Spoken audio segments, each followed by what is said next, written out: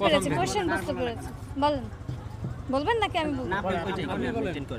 ভাইয়া আমি সত্যি কথা বলছি, আমি কিছু মেনটেন করি না। আমি খুবই লেজি। আমি নাইট ক্রিম দেই না বলতে গেলে। আমার আমার হইলো অনেক প্রোডাক্ট আসে যেগুলো এসে এসে নষ্ট হয়ে এক্সপায়ার্ড হয়ে আমার ফেলে দিতে হয়, যেহেতু আমি ইনফ্লুয়েন্সার প্রমোশন করি। সো আমার অনেক জায়গা থেকে অনেক আসে, বাট আমি স্কিনে তেমন কিছু ইউজ করি না। আমি বললাম না যে এখন আপনার মনে হইতে পারে যে আমি মেকআপ করেছি অনেক, বাট আমি এতটা মেকআপ করি না। আমি জাস্ট চোখের নিচে ডার্ক সার্কেল ঢাকার জন্য দিয়ে আসি, এইটুকুই থাকে। আবার এইগুলো যে আমি খুব বেশি মানে বাসায় গিয়ে অনেক কিছু বসে বসে মানুষ লাগায় যে তেল লাগায় ক্লিন করে, তারপর আর কি ওয়াইপস টয়েস দিয়ে, ওগুলোও করি না। আমি জাস্ট বাসায় যাই, আমি কোনোভাবে ফেসটা ধুই, মাঝে মাঝে ফেস ওয়াশ দিয়ে ধুই, তারপর শুয়ে পড়ি। আবার অনেক সময় খুব বেশি টায়ার্ড থাকলে ওইটুকু উঠায় না।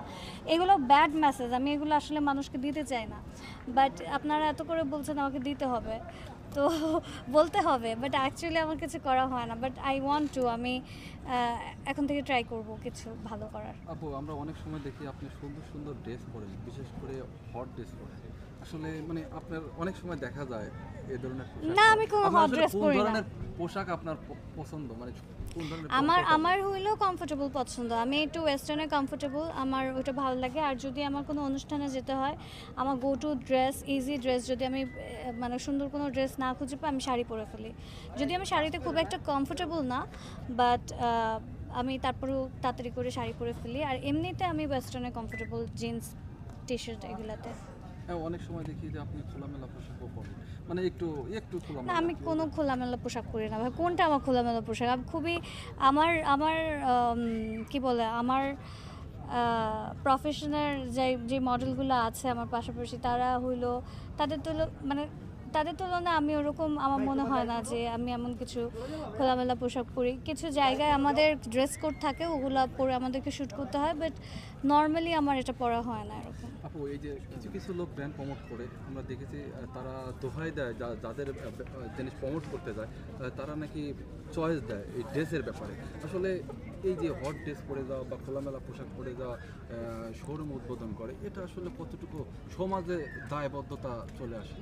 এটা মানে সমাজকে কতটুকু শিক্ষা দিচ্ছে এরা, যারা সমাজ কে বানাইছে ভাইয়া? সমাজ তো আমরাই বানিয়েছি, মানে আমাদেরই তো সমাজ। তো আমরা যেটাকে ইনফ্লুয়েন্স করব সেটাই সমাজ হবে। এখন এটা নিয়ে কে কীভাবে যায় আসলে ভাইয়া, এটা আমি জাজমেন্ট করার কেউ না। যে যেটাতে কমফোর্টেবল, যার যেটা ভালো লাগে তারা সেটাই পরবে। একটা জিনিস হলো ভালো লাগার ব্যাপারটা থাকতে হবে। যে এখন আমি অনেক মোটা একটা মানুষ, আমি অনেক টাইট ফিটিং পরছি, আমার ভুঁড়ি বের হয়ে গেছে, ওটা আমাকে দেখতে ভালো লাগছে না, খারাপ লাগছে, সো আমি ওটা পরবো না।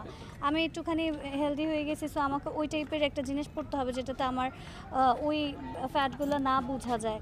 তো এই জিনিসগুলো মেনটেন করে পরলে, আমাকে যদি ছোট পোশাক পরে স্মার্ট লাগে দেখতে, বা কাউকে যদি ভালো লাগে দেখতে, গ্ল্যামারাস লাগে, তাহলে সে পরবে, তার চয়েস। আর যদি তার কাছে মনে হয় যে তাকে আয়নায় দেখে ভালো লাগছে, সে পরে আসছে, একটুখানি যদি মেনটেন করে পড়তে পারে তাহলে ভালো। But I am personally no one to complain with that.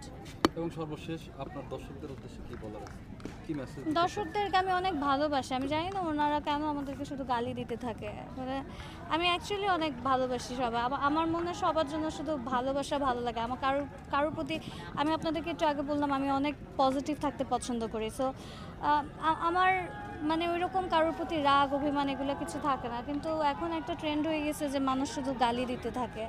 তো আমার তাদের জন্য মায়া লাগে, তাদের জন্য আগে খারাপ লাগতো, এখন সিম্প্যাথি ফিল করি, তাদের জন্য মায়া লাগে। মনে হয় তাদের মনে কোনো না কোনো একটা জায়গায় দুঃখ আছে, কষ্ট আছে, তাদের হয়তো ওরকম টাকা পয়সা নাই, ফ্যামিলিতে কিছু একটা ইস্যু চলছে, তারা যা চাচ্ছে পাচ্ছে না, ব্রেকআপ চলছে, যেই মেয়েকে চাচ্ছে তাকে পাচ্ছে না, যার কারণে তারা ওই ফ্রাস্ট্রেশনগুলো সোশ্যাল মিডিয়াতে মানুষকে গালি দিয়ে বের করে।